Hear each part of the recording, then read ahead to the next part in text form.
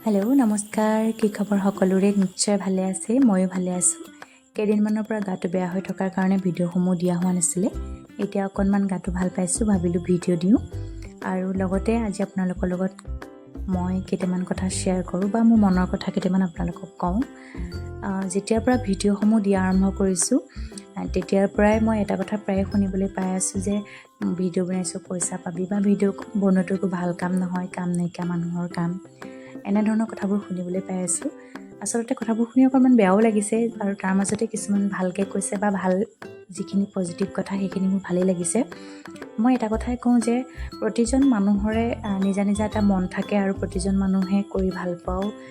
কাম থাকে গতিকে মই মোৰ এই কামটোক লৈ সুখী বা মই এই কামটো কৰি ভাল পাইছোঁ